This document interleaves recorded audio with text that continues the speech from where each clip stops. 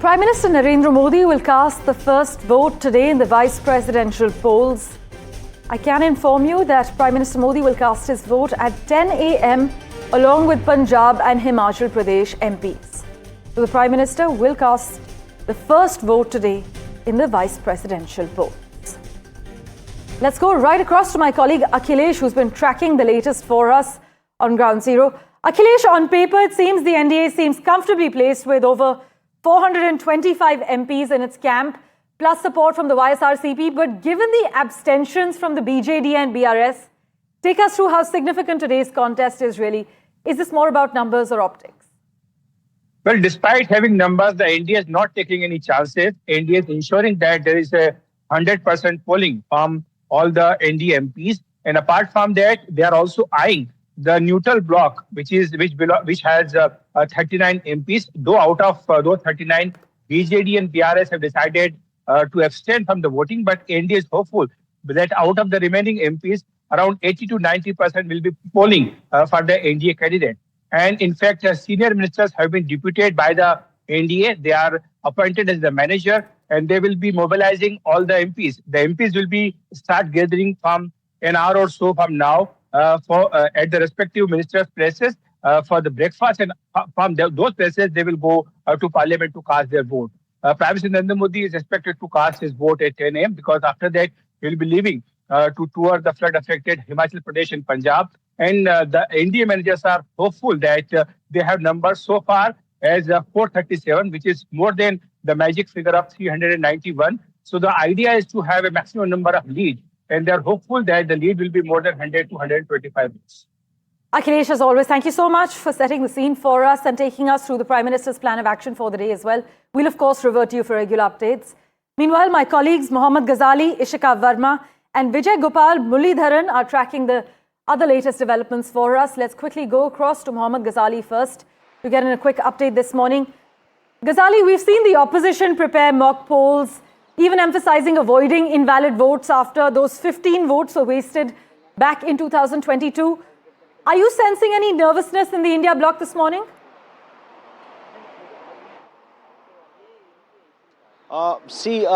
This is a potential test of whether a cross-voting will happen or not, because it has happened in the past, and that will also show that despite certain parties claiming to abstain from voting, anything can happen during the voting process, because it's a long-drawn process from 10 a.m. till 6 p.m. The timing is there, and there could be change of heart. But right now I'm outside Maharashtra Southern, where the Maharashtra governor, or what we call the vice president nominee, Mr. Radhakrishnan, is there, and we have seen people getting in with some puja material. So some rituals will happen after some time, but he is very confident as far as the numbers are concerned, as Akhilesh was explaining right now, that NDA's candidate has got numbers in their favor, and despite the fact that two political parties have declared that they will abstain from the vote, it will also be good to see about the voter difference, or the margin of victory for Mr. Radhakrishnan, whether he will surpass that margin of the previous contest, like with Mr. Dhankhar or Mr. Venkaiah Naidu, but it will also be interesting to see whether the India bloc members or the opposition MPs, where there will be any cross-voting from their side, because it's a test of unity for them as well. Time and again, these kind of polling or these kind of polls where numbers are in favor of the NDA candidate or the ruling coalition candidate, it's always a given fact or a writing on the wall kind of thing that he is having numbers in his favor, Mr. Radhakrishnan. But will Mr. Reddy be able to show any kind of upset in the results, or whether there will be cross-voting from both sides? That will be interesting to see. Indeed, Ghazali, do stay on with us. As my colleague Mohammad Ghazali is reporting, the vice president election is not expected to yield any surprising results, as the BJP-led NDA backing CP Radhakrishnan has the number in its favor, but the margin of victory will be something to watch out for. Let's also quickly go across to Ishika, who joins us from Delhi at the moment. Ishika, you've been tracking the preparations, whether it's the BJP's two-day workshop to the opposition's unity meeting. What's the mood you're picking up on this morning?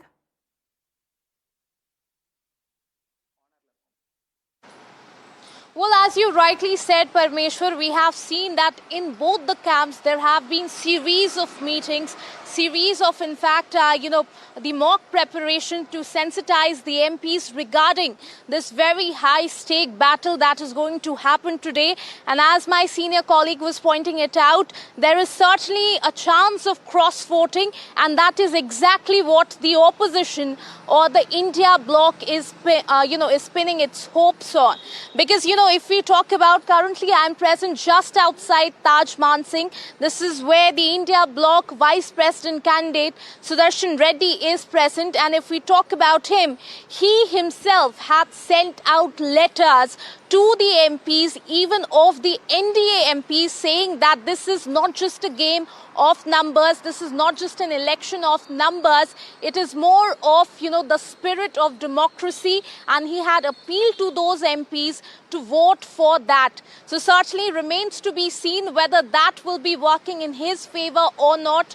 But, if you look at the Congress party itself, even they, have not at all lost the hope. They are continuously, even, if you talk about the Telugu parties, they are trying to build the pressure on them as well. And as a result of that is, in fact, a fresh tweet that has come from the Congress leader, Manikam Tagore, where he has, in fact, attacked Jagan Mohan Reddy, saying that by supporting an RSS-backed candidate for the vice president, he has chosen fear of CBI cases over the interest of Andhra Pradesh. So certainly here also Congress, till the very last moment, Parmeshwar, is trying to, in fact, gain more and more numbers in its support and to narrow the margin. Over to you.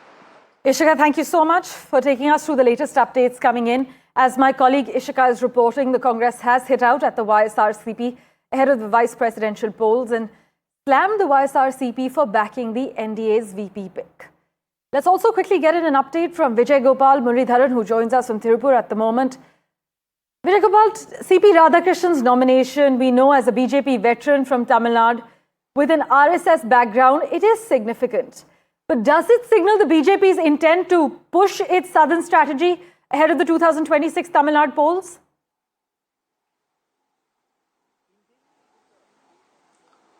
In Delhi, it is a game of politics as far as VP election is concerned.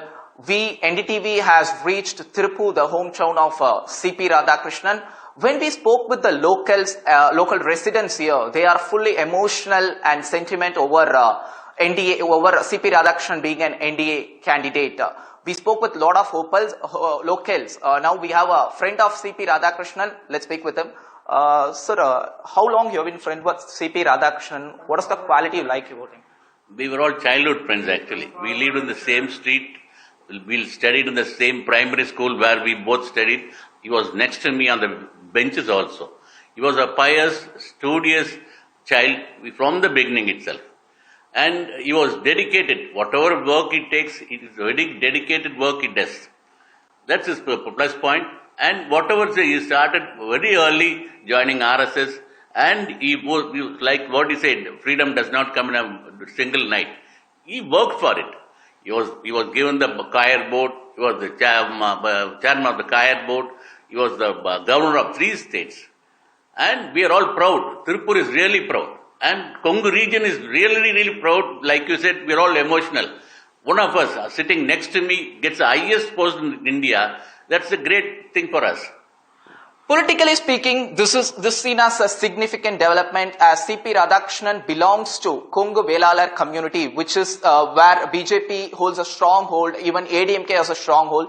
Ahead of 2026 election, this is seen as a very big move from BJP, especially NDA alliance, to face 2026 elections.